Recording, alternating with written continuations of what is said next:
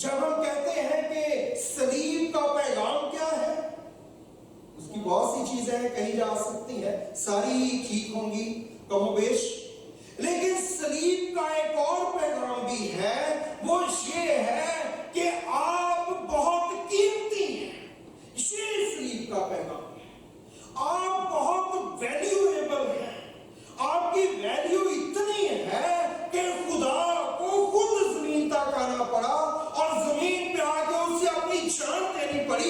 یہ ہے آپ کی ویلیو، یہ ہے میری ویلیو، یہ ہے صلیب کا پیغام، یہ ہے دلیری، یہ ہے حوصلہ اور ہمت جو خدا کے لوگوں کو کلام میں آ کے کلام کی سمجھ کی وجہ سے مل جاتی ہے، اور پھر وہ دلیر ہو کے نکلتے اور خدا کا کام کرتے ہیں۔ مسیح میرے لیے، خدا نے اپنا آسمان چھوڑا، اس ساری کائنات کا کریٹر، تخلیق کرنے والا زمین پہ آیا میرے اور آپ کے لیے، پرائز پے کرنے کے لیے، پیمنٹ کرنے کے لیے۔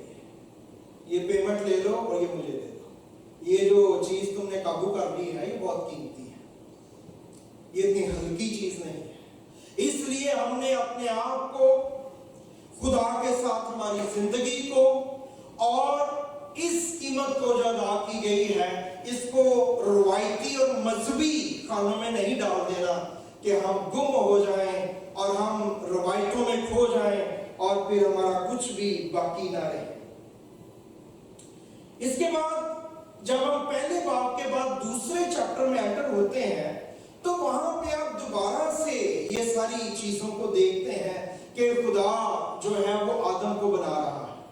اگر دوسرے باب کی 7 آیت آپ پڑھیں تو وہاں پہ لکھا ہے خداوند خدا نے زمین کی مٹی سے انسان کو بنایا اور اس کے نتنوں میں زندگی کا دم پھونکا تو انسان جیتی جان ہوا۔ اب پہلے بھی لکھا گیا ہے، پہلے باب میں بھی 2 چیزیں بیان کی گئی ہیں اور پھر آگے بھی بیان کیا گیا۔ یہ وجہ کیا ہے، کیوں ایسا لکھا گیا ہے؟ اس کی وجہ یہ ہے کہ جب اس سے پہلے بیان کیا جا رہا ہے تو کس چیز کو بیان کیا جا رہا ہے؟ اس کی جو اسپرٹ کو بنایا گیا ہے، انسان کو جب تخلیق کیا گیا ہے اس کو ڈسکرائب کیا جا رہا ہے۔ اور جب خدا نے انسان کو بنانا تھا تو اس کو اس نے تخلیق کیا اور وہ اسپرٹ تھا، روح تھا، آج بھی آپ روح ہے۔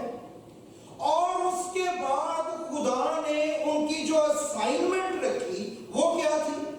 اسائنمنٹ یہ تھی کہ انسان نے زمین کے اوپر حکومت کرنی، زمین کے اوپر جائے گا، رہے گا اور اس کو معمور اور محکوم کرے گا۔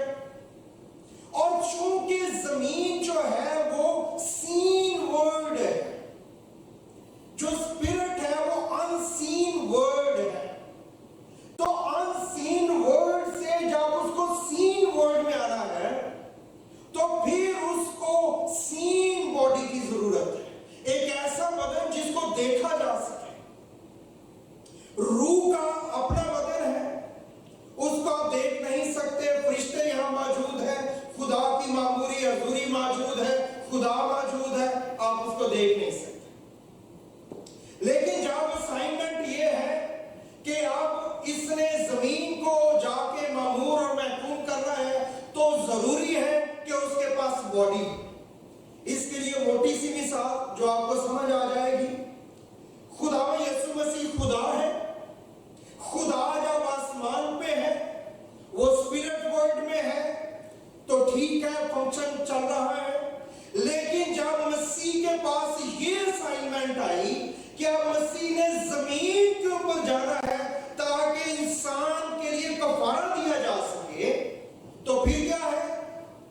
خدا